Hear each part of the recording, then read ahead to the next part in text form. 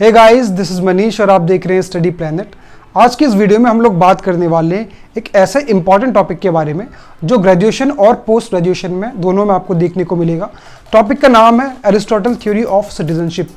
तो सिटीजनशिप के ऊपर एरिस्टोटल के क्या विचार है उसके बारे में हम लोग डिटेल में पढ़ेंगे और इसके साथ साथ इसके क्रिटिसिज्म के बारे में पढ़ेंगे कि इनकी आलोचना किस तरीके से की गई है। ये जो थ्योरी है इनकी सिटीजनशिप की, इसके बहुत सारे क्रिटिक्स भी हैं, उसके बारे में भी आज की वीडियो में हम लोग डिटेल में पढ़ने वाले हैं।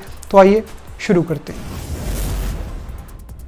सबसे पहले बात करते हैं इंट्रोडक्शन की। तो सबसे पहले जानते हैं कि एरिस्टोटल है कौन। तो एरिस्टोटल जिनको एक इम्पॉर्टेंट पॉलिटिकल और काफ़ी इन्फ्लुएंशियल थिंकर माना जाता है और इनकी काफ़ी सारी थ्योरीज हैं, जिसमें से एक टॉपिक है थ्योरी ऑफ स्टेट। इसके ऊपर मैंने वीडियो बना रखी है, आप चाहो तो इसका लिंक आपको डिस्क्रिप्शन में मिल जाएगा। तो काफ़ी इंपॉर्टेंट कंट्रीब्यूशन है एरिस्टोटल का। थ्योरी ऑफ स्टेट है, थ्योरी ऑफ जस्टिस है, थ्योरी ऑफ स्लेवरी है, काफ़ी सारे टॉपिक्स के बारे में एरिस्टोटल की राय या उनके जो ओपिनियंस है वो बता रखे हैं। तो इसलिए हम इनको father of modern political science के नाम से भी जानते हैं, क्योंकि इनकी जो भूमिका है, जिनका कंट्रीब्यूशन है वो पॉलिटिकल साइंस के अंदर बहुत ज़्यादा है। और एरिस्टोटल जो है एंशिएंट टाइम के अंदर सबसे पहले ऐसे फिलोसोफर थे, सबसे पहले ऐसे मैन थे जिन्होंने क्या किया, जिन्होंने स्टडी को अलग अलग पार्ट में कैटेगराइज किया।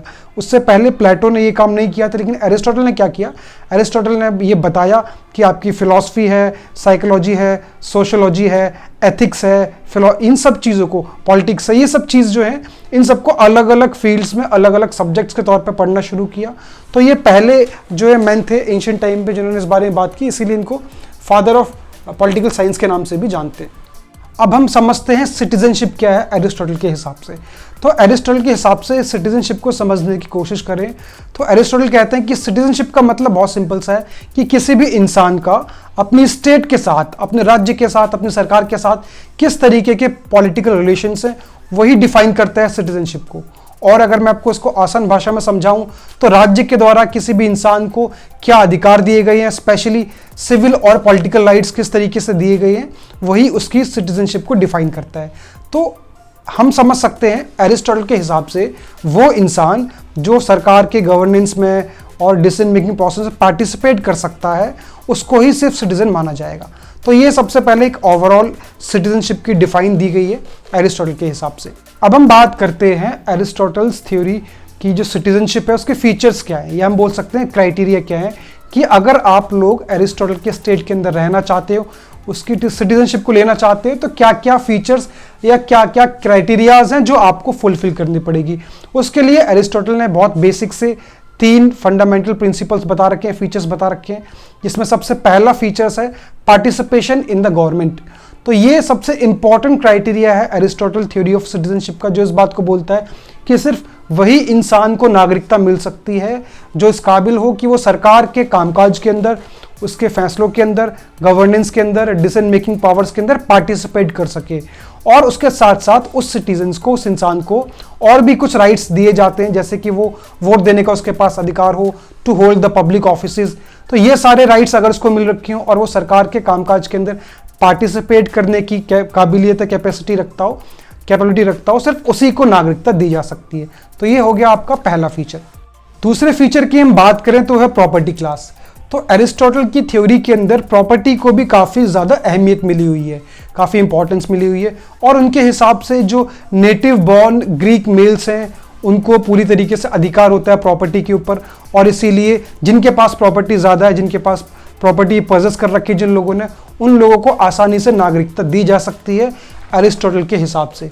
और इसके पीछे अगर लॉजिक हम सोचें तो ये सिंपल सा लॉजिक हो सकता है कि एरिस्टोटल को लगता होगा कि जो लोग प्रॉपर्टी क्लास के जो लोग हैं, जिनके पास संपत्ति ज़्यादा है, वो शायद ज़्यादा कंट्रीब्यूट कर पाएँ in the economic development of the state. तो राज्य के आर्थिक विकास के अंदर जिनके पास प्रॉपर्टी, पैसा ज़्यादा है, वो हो सकता है ज़्यादा प्रॉपर्टी या ज़्यादा कंट्रीब्यूट कर पाएँ आर्थिक डेवलपमेंट के अंदर। और इसीलिए ये क्राइटेरिया रखा गया है एरिस्टोटल के हिसाब से सिटीजनशिप देने का।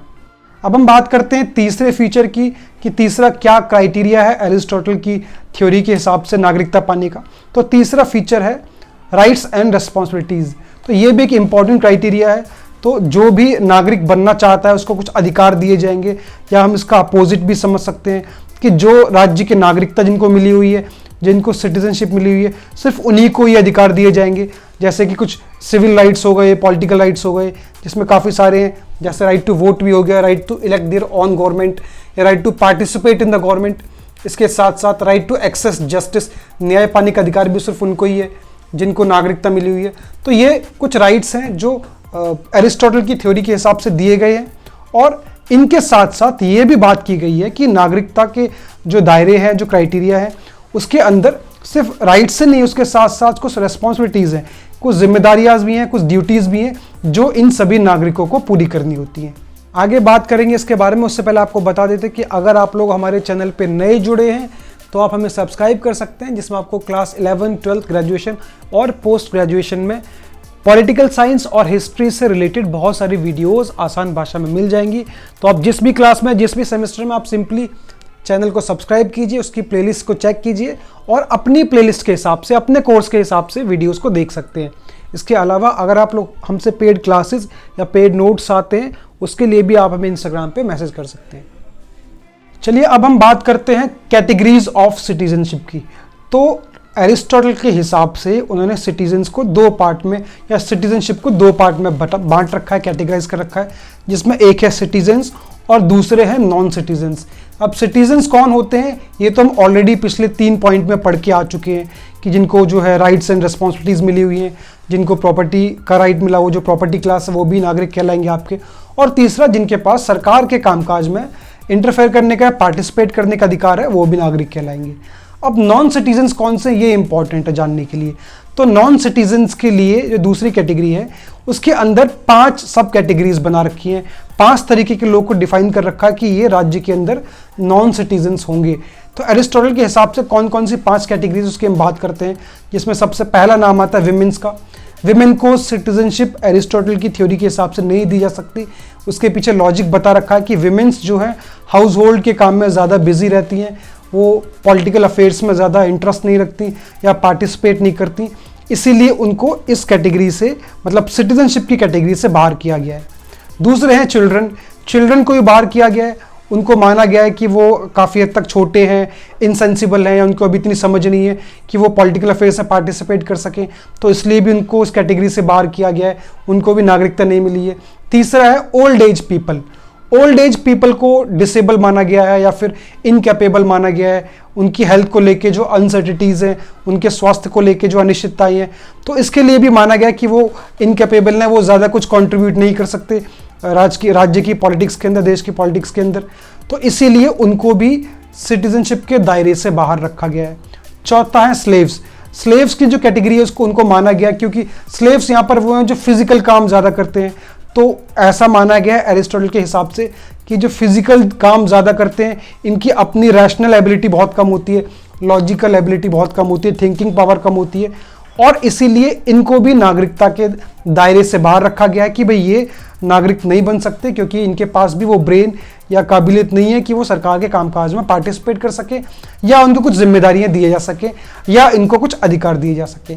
आखिरी जो कैटेगरी है वो है फॉरेनर्स की। फॉरेनर्स की अगर बात की जाए तो जो एरिस्टोटल के हिसाब से जो ग्रीक के नागरिक नहीं थे, नॉन ग्रीक नागरिक थे, उनको भी उन्होंने नागरिकता के दायरे से बाहर रखा है, उनको भी सिटीजनशिप के दायरे से बाहर रखा है। और इनका लॉजिक बहुत सिंपल सा है कि जो नॉन ग्रीक हैं, मतलब जो बाहर से लोग आए हुए हैं, यहाँ पर रह रहे हैं, कभी भी उनका राष्ट्र के प्रति, देश के प्रति कोई भी लगाव या लव एंड इफेक्शन नहीं होगा, वो अपनी जिम्मेदारियों को पूरी तरीके से निर्वाह नहीं करेंगे।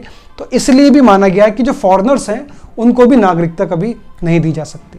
अब हम लोग बात करते हैं क्रिटिकल पॉइंट ऑफ व्यू से कि जो एरिस्टोटल थ्योरी ऑफ सिटीजनशिप है उसके क्रिटिक्स क्या कहते हैं, उसका क्रिटिसिज्म किस तरीके से किया जा सकता है। जिसमें सबसे पहला जो क्रिटिसिज्म है वो है नो राइट्स टू एवरीवन। तो जैसा कि एरिस्टोटल थ्योरी ऑफ सिटीजनशिप के अंदर ये बता रखा है कि अधिकार सबको नहीं मिले हुए, अधिकारों का भी उन्होंने दायरा बना रखा है, कैटेगरीज बना रखी हैं। और स्पेशली अगर देखा जाए राज्य की जो ज़रूरत होती है, स्टेट की जो नीड होती है, वो सबसे ज़्यादा तो जो कमज़ोर वर्ग के लोग हैं उनको होती है। और जब कमज़ोर वर्ग के जो लोग होते हैं, जैसे कि फिजिकली हैंडीकैप्ड हो गए, एल्डर्स हो गए, चिल्ड्रन हो गए, सोशली डिप्राइव्ड जो लोग हैं वो हो गए, अगर उनको ही राज्य मदद नहीं करेगा तो समानता नहीं आएगी। और सिटीजनशिप की जो थ्योरी है एरिस्टोटल की, वो इसी बारे में बात करती है कि वो सिर्फ जो प्रॉपर्टी क्लास के लोग हैं, जो मजबूत लोग हैं, उनको नागरिकता देने की बात करती है। तो ये सबसे पहला क्रिटिसिज्म है कि एरिस्टोटल की जो सिटीजनशिप की थ्योरी है उसमें इक्वलिटी की बहुत बड़ी कमी है। और आज के तौर पर देखा जाए तो जो डेमोक्रेटिक कंट्रीज़ हैं उनके अंदर तो इक्वलिटी की डिमांड सबसे ज़्यादा है। इक्वलिटी को सबसे पहले फॉलो किया जाता है कि भाई चाहे वो कमज़ोर हो चाहे वो मजबूत हो, सभी नागरिक हैं, और जब सभी नागरिक हैं तो सबको समान अधिकार दिए जाते हैं। दूसरे क्रिटिसिज्म की हम बात करें तो वो है no rights of the women या एक्सक्लूजन ऑफ द विमेन, और ये सबसे कंट्रोवर्शियल पॉइंट है एरिस्टोटल थ्योरी ऑफ सिटीजनशिप के अंदर। और आज की जो मॉडर्न सोसाइटीज़ हैं ये तो कंप्लीटली इस बात को अनडेमोक्रेटिक मानेगी, अलोकतांत्रिक मानेगी कि ये कानून के दायरे में या फिर लोकतंत्र के हिसाब से बिल्कुल गलत है कि आप विमेंस को एक्सक्लूड नहीं कर सकते हो प्रॉपर्टी से या फिर सिटीजनशिप से या राइट से या सरकार के अंदर पार्टिसिपेशन करने से, कि सिर्फ इस बिहाफ पे कि विमेंस फिजिकली कमज़ोर हैं या फिर वो हाउस होल्ड में ज़्यादा बिजी रहती हैं, तो इस तरीके से उनकी जो पोटेंशियल है, जो काबिलियत है, उसको और लिमिट करती है सरकार। और सबसे इंपॉर्टेंट बात यह है कि विमेंस 1-2% तो नहीं है, विमेंस 50% है। और आधी पॉपुलेशन को अगर आप नागरिकता के दायरे से बाहर रख देंगे और जो है पॉलिटिकल पार्टिसिपेशन से रोक देंगे तो डेमोक्रेसी तो कभी नहीं चल सकती। तो अब आधी पॉपुलेशन को बाहर नहीं कर सकते, और स्पेशली आज के मॉडर्न टाइम्स में जहाँ पर विमेंस हर एक स्पेयर के अंदर आपको मिलेगी, हर एक जगह पर आपको इक्वली पार्टिसिपेट करती हुई मिलेंगी, मैन से बेहतर और मैन के बराबर भी। तो इसलिए आप आज के हिसाब से देखा जाए तो ये जो पॉइंट है विमेंस को एक्सक्लूड कर देना सिटीजनशिप से या अधिकार से, वो सबसे कॉन्ट्रोवर्शियल है और इसके लिए ही अक्सर एरिस्टोटल का क्रिटिसिज्म किया जाता है। आखिरी क्रिटिसिज्म की हम बात करें तो वो भी काफ़ी इंपॉर्टेंट है, वो है क्राइटेरिया ऑफ प्रॉपर्टी। तो प्रॉपर्टी ऑनरशिप को एक क्राइटेरिया रख देना कि भाई ये इससे आप सिटीजनशिप ले सकते हो, या फिर सिर्फ प्रॉपर्टी को देख के तय करना कि कौन सिटीजन्स होंगे कौन सिटीजन्स नहीं होंगे, ये तो कंप्लीटली एक डिस्क्रिमिनेटरी प्रोसेस है, भेदभाव करने वाला है। क्योंकि प्रॉपर्टी एक क्राइटेरिया कैसे हो सकता है, प्रॉपर्टी एक मानक कैसे हो सकता है, तो ये कहीं ना कहीं ग्रीक की जो सोसाइटी है या किसी भी देश की किसी भी राज्य की सोसाइटी है उसके अंदर लोगों के अंदर ही जो है डिवीजन होना शुरू हो जाएगा, क्लास डिवीजन होना शुरू हो जाएगा, जिसकी कार्ल मार्क्स से बात करते हैं, जिसको बोलते हैं कि भाई अमीर लोग अलग हो जाएंगे, गरीब अलग हो जाएंगे। और सबसे बड़ा ड्रॉबैक इसका ये है कि अगर प्रॉपर्टी को हम लोग क्राइटेरिया रख देंगे सिटीजनशिप का तो समाज के अंदर ग्रीड बढ़ जाएगा, बहुत ज़्यादा क्राइम्स बढ़ जाएंगे, लोगों के अंदर ग्रीड इस बात का होगा, लालच इस बात का होगा कि वो किसी भी हद तक जा सकते हैं ज़्यादा से ज़्यादा प्रॉपर्टी को एक्वायर करने में। और जब वो किसी भी हद तक जाएंगे तो समाज के अंदर डेमोक्रेसी तो कहीं भी नहीं बचेगी, क्राइम रेट बढ़ जाएगा और अनसर्टेनिटी बहुत ज़्यादा बढ़ जाएंगी। तो ये भी तीसरा जो पॉइंट है जिसके लिए एरिस्टोटल को काफ़ी ज़्यादा सिटीजनशिप की क्राइटेरिया के लिए क्रिटिसिज्म मिलता है। तो ये पूरा टॉपिक था, मैंने आपको बहुत डिटेल में और आसान भाषा में समझाने की कोशिश की। आई होप आपको वीडियो इन्फॉर्मेटिव लगी हो, तो आप इसको ज़्यादा से ज़्यादा शेयर कर सकते हैं और ऐसे ही आसान भाषा में वीडियोस को देखने के लिए चैनल को सब्सक्राइब कर सकते हैं। Thank you so much for watching.